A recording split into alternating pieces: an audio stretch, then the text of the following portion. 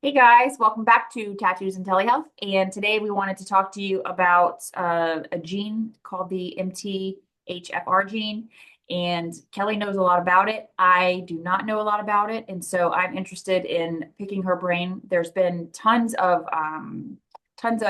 TikTok and YouTube and all of these things about if you have this if you have this gene mutation, the symptoms that it can cause, how frequent it is. And so really it's kind of come to light over the last 6 months to a year. And Kelly is knows all about it. So I have asked her to talk about it today. As usual, this is not to be considered medical advice. We're just two girls just chatting away.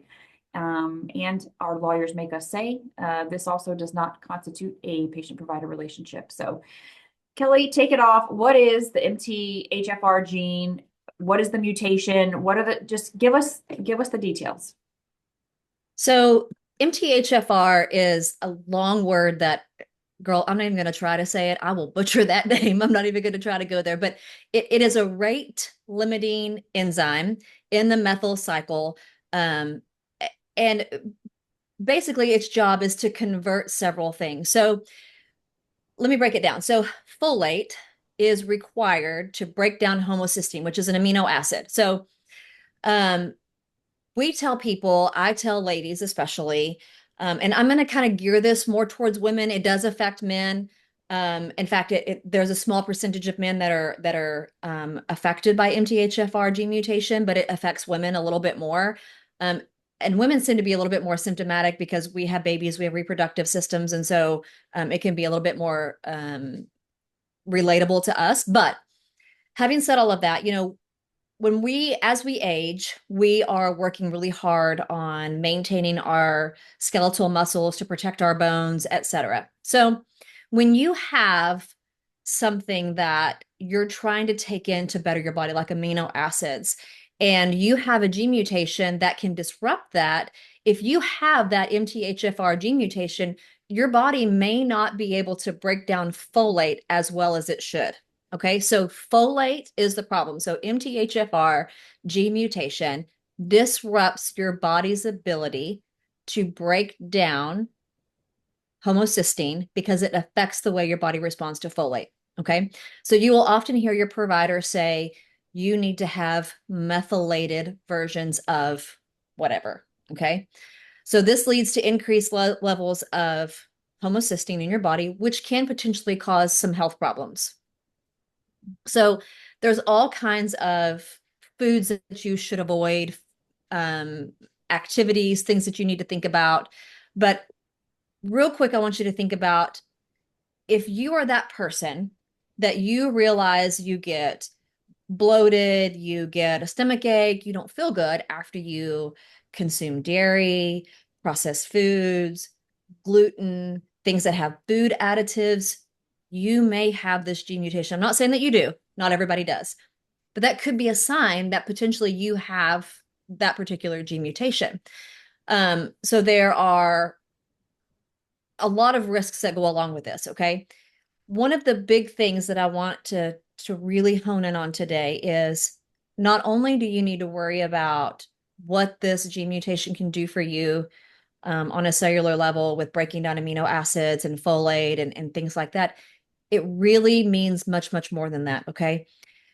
MTHFR polymorphisms increase your risk of cardiovascular disease, cerebral vascular disease, and dementia. So, big, big deal. Um, I really want to hit home with the fact that it can increase the risk for those things. So, there are a few variants out there, they impair methylation, but there are over 12 clinically significant polymorphisms that we rarely consider when we're talking about MTHFR gene mutations. Um, so it will disrupt nitric oxide production. It leads to endothelial dysfunction. So you've heard me talk about endothelial function, Nicole, when I've talked about how your guts respond. So a lot of endothelial cells live in our belly. Um, so it will disrupt endothelial function, oxidative stress, vascular damage. So that's really important in the sense of when we're talking about oxidative stress.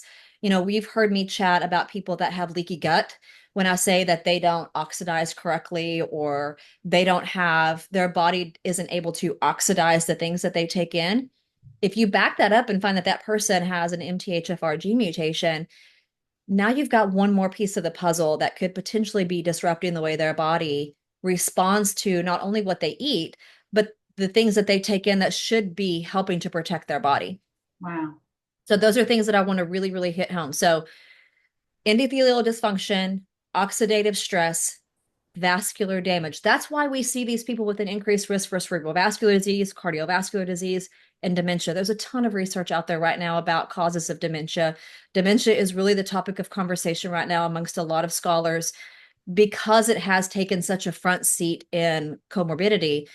They're really trying to figure out what are some things that we can do, or some ways that we can determine things that are causing dementia to be so prominent. And this is one of the things that they've come up with.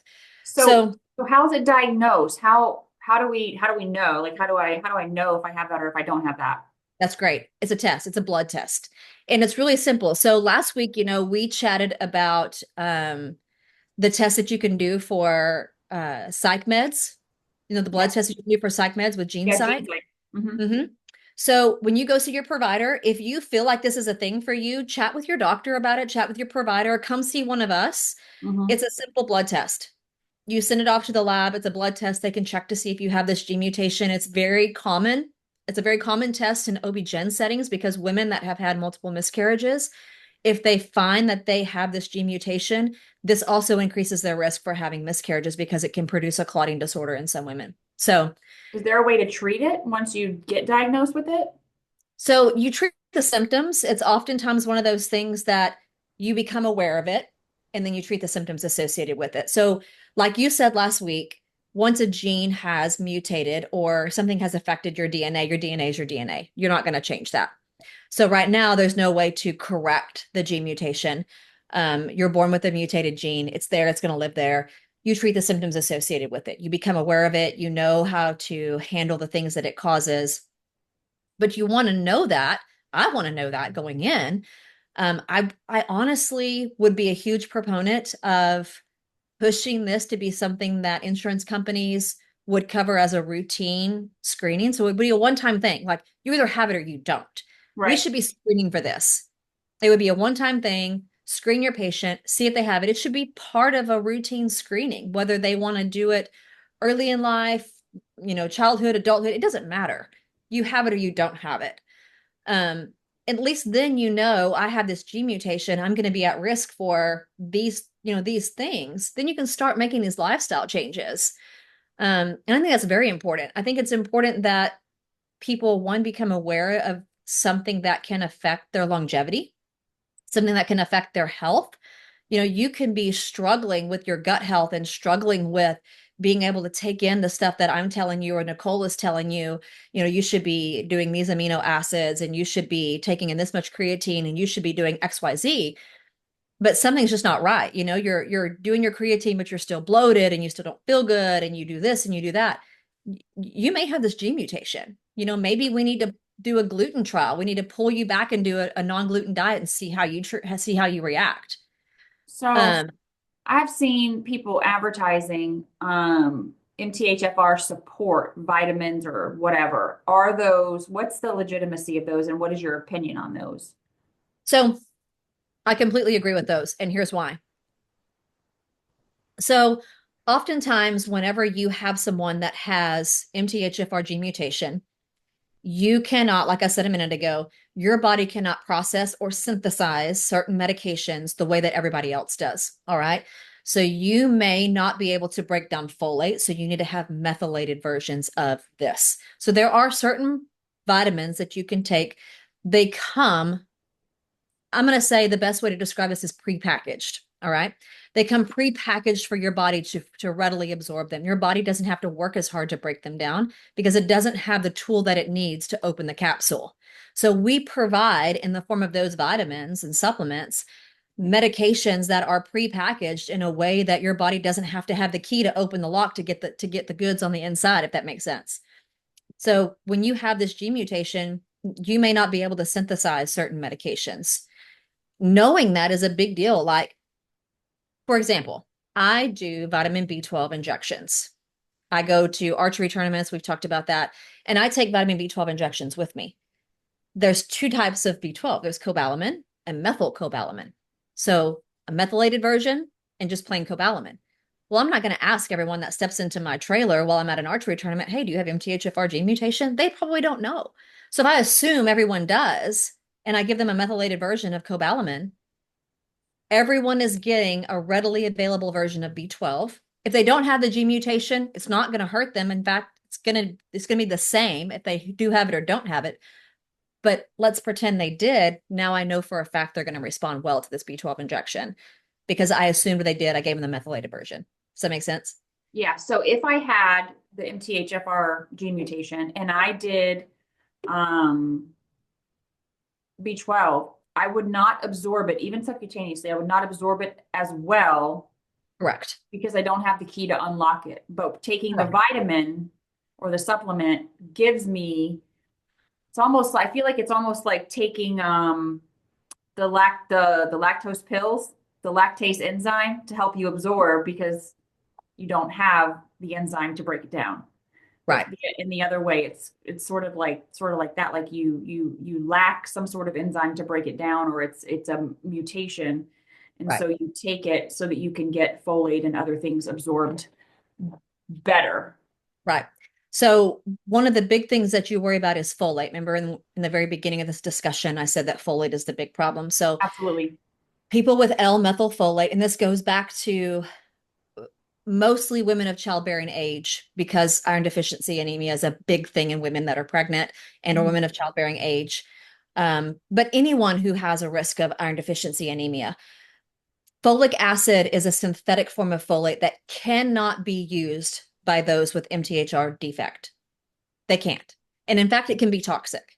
You want to be sure that you avoid any supplements with folic acid and only take L-methylfolate forms, which are methylated forms that your body can use. Because if you think about it, if you take something that's a heavy metal, like an iron supplement, folate, and your body Which cannot I break that, take, which I take because I'm right? iron deficient. Mm-hmm.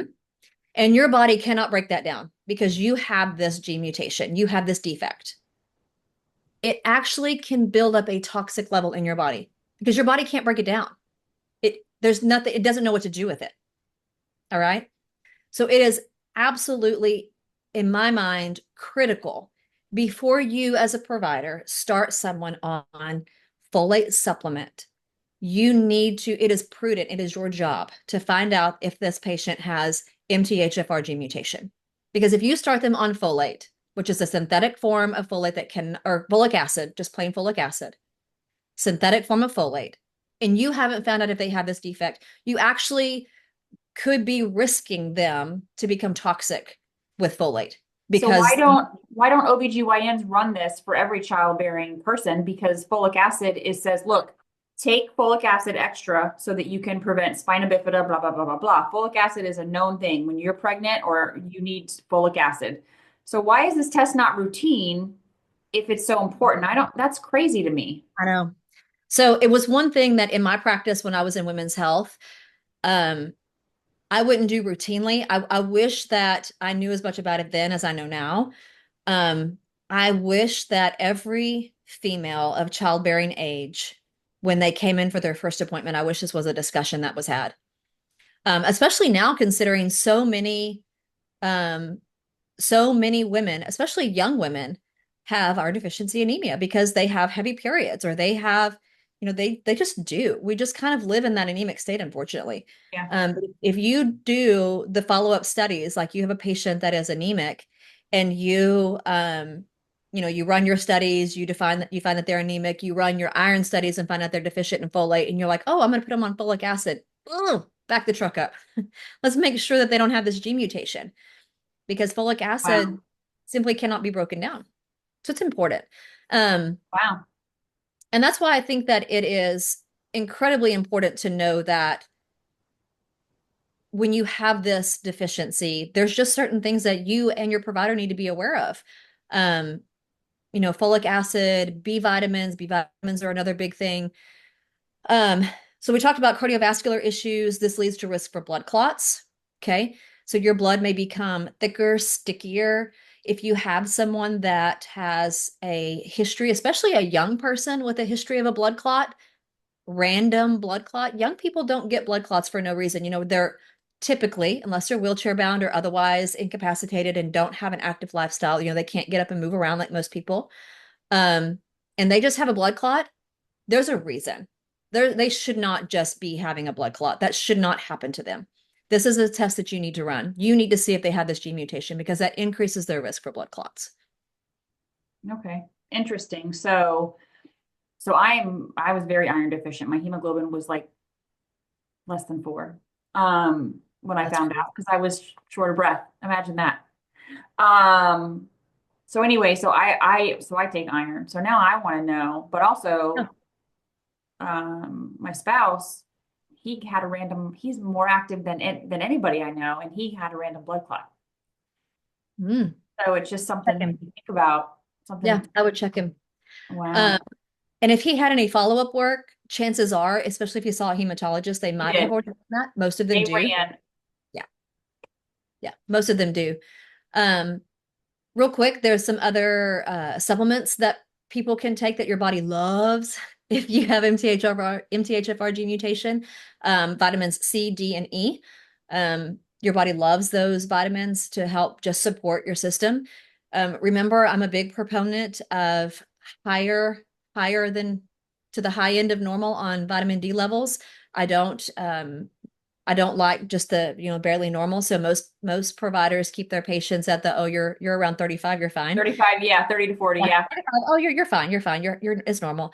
So vitamin D, most labs, their normal range is really wide. It's like 30 to 100.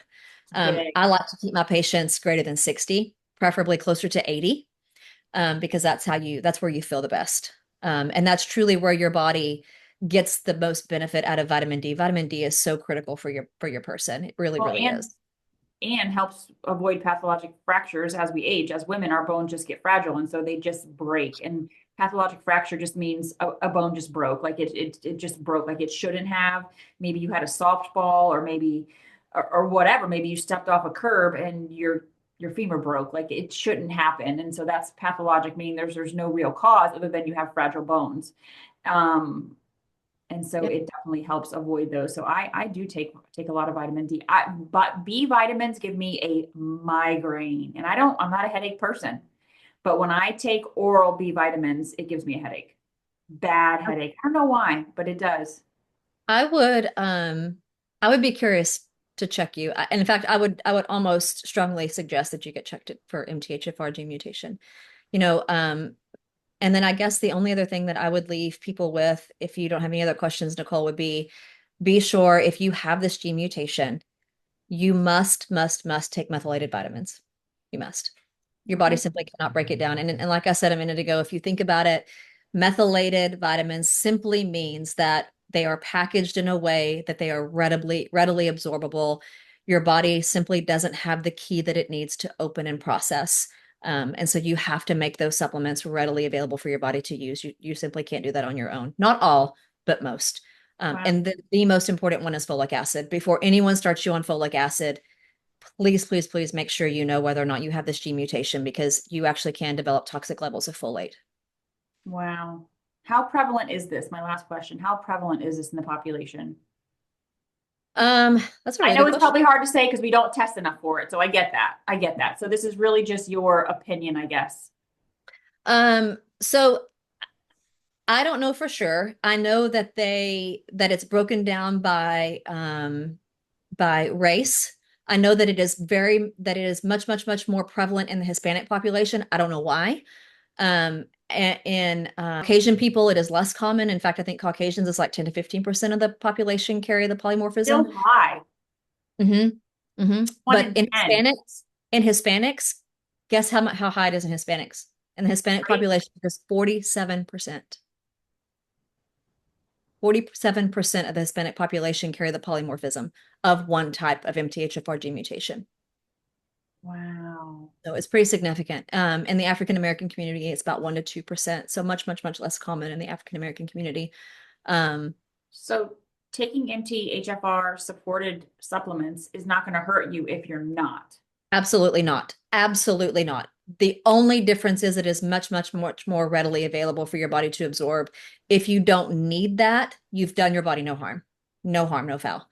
The problem is if you have the mutation and don't know it and you're not taking methylated forms, one, your body's not absorbing them correctly, which means that they become free floating and could become toxic to your body because they're just floating out there and they're not being absorbed and not doing what they're supposed to do. And then also keeping in mind that then you get Kelly on her soapbox about gut health and symbiosis and dysbiosis and all the things that it can do to your tummy. And then now that studies have shown that it increases our risks again for cardiovascular disease, cerebral vascular disease, and dementia. I have had to have my greater saphenous veins ablated several times in both my legs because my vessels, the first time my vessel was 9 times the size it should have been. That is insane. After pregnancy, now that runs in my family to have huge veins and, like reflux. But once I got pregnant at 23, I had to have my left leg greater saphenous vein ablated. That's insane. Every 5 to 10 years, I have to go back, and I have had both of them done. Wow. Yeah. I would be curious. I think that that's something that you should probably be tested for, just to know. Yeah, very cool. All right. Well, thank you for joining us today. This has been a great amount of information for me, for anyone watching. If you have any questions, you can reach out to Kelly at carihealth.com, CHARI.com, and she will, Cari Health, right? Cari Health, Yes. CHARI health.com. And if you need anything else, you can reach out to me at hamiltontelehealth.com, but Kelly definitely is the expert on this. But I'm happy to run the test for you and we can go from there. So thanks for joining us and hope you guys have a great week. Bye, guys.